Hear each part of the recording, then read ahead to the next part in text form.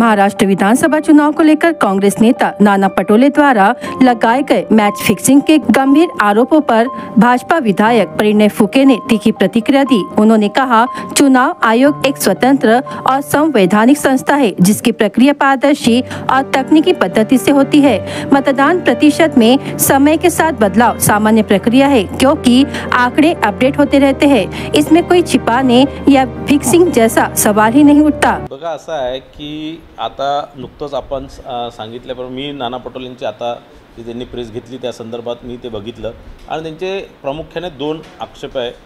राहुल गांधींनी या संदर्भात आक्षेप घेतला होता, त्याचं आजच लोकमत आणि अनेक माध्यमांमध्ये माननीय फडणवीस साहेबांनी एकदम त्या पूर्ण जे त्यांनी आरोप केले त्याचं खंडन चांगल्या प्रकारे केलेलं आहे। त्या संदर्भातली आकडेवारी त्यांनी चांगल्या प्रकारे जोडलेली आहे।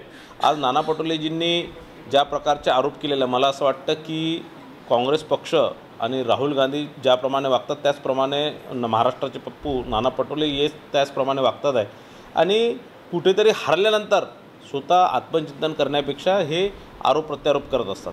निवडणूक झाली, जसा निकाल लागला ते ईव्हीएमवर दोष देत होते आणि त्यावेळेस आम्ही त्यांना सांगितलं की बाबा कर्नाटकामध्ये तुमची सरकार आली त्यावेळेस ईव्हीएम चांगली असते, लोकसभेमध्ये तुमच्या थोडं बहुत जास्त सीटा आल्या निवडून तर त्यावेळेस ईव्हीएम चांगली असते आणि जसं तुम्ही हरले त्यानंतर ईव्हीएमवर इलेक्शन कमिशनवर ते आरोप करणं सुरू करतात।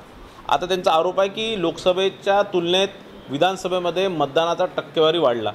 अनेक कारणं होते की लोकसभेमध्ये मतदानाचा टक्केवारी कमी होता, उन्हाळा होता किंवा अनेक कारणं होते तिथे कमी होता, पण वाढलं त्यानंतर शासनाने प्रशासनाने आणि लोकांनी कुठेतरी कमी मतदान झाल्यामुळे कसं नुकसान होतं, कसं चुकीचे लोक निवडून येतात हे सामान्य नागरिकांनी सामान्य जनतेने बघितलं आणि म्हणून विधानसभेच्या निवडणुकीच्या वेळेस लोकांनी सतर्क होऊन चांगल्या प्रकारे मतदान केलं आणि म्हणून मतदाराची टक्केवारी वाढली।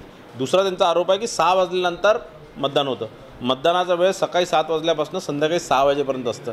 6 वाजेपर्यंत जेही लोक त्या प्रिमायसेसच्या गेटच्या आतमध्ये, गेट बंद केला जातं 6 वाजता, पण ते जितकेही लोक त्या प्रिमायसेसच्या आतमध्ये येतात त्या सगळ्या लोकांना मतदान करण्याचा अधिकार असतो आणि ते यावेळेस नाही, या निवडणुकीत नाही, मागच्या 50 वर्षात जितक्याही निवडणुका झाल्या त्या ग्रामपंचायतीच्या असणार, जिल्हा परिषदेच्या असणार, महानगरपालिकेच्या असणार, विधानसभेच्या असणार किंवा लोकसभेच्या असणार, त्या सगळ्या निवडणुकीमध्ये 6 वाजल्याच्या आतमध्ये जे लोक आतमध्ये गेले प्रिमायसेसच्या त्या सगळ्याच लोकांना मतदान करण्याचा मुभा असतो, मतदान करण्याची परवानगी असते आणि तो त्यांचा अधिकार आहे, तो कोणीही रोखू शकत नाही। 6 वाजल्यापासून तर ते 8 वाजेपर्यंत मतदान चालतं आणि निश्चितच तो आकडा यावेळेस मोठा होता कारण यावेळेस लोकांनी भराऱ्यांनी चांगल्या मतदान केलं आणि लोकांनी कारण बघितलं होतं की लोकसभेमध्ये मोठ्या प्रमाणात चुकीचे खासदार निवडून दिले, त्यांनी काँग्रेस पक्षाचे खासदार निवडून दिले, चुकीचे लोक निवडून दिले आणि म्हणून यावेळेस मतदान चांगलं झालं।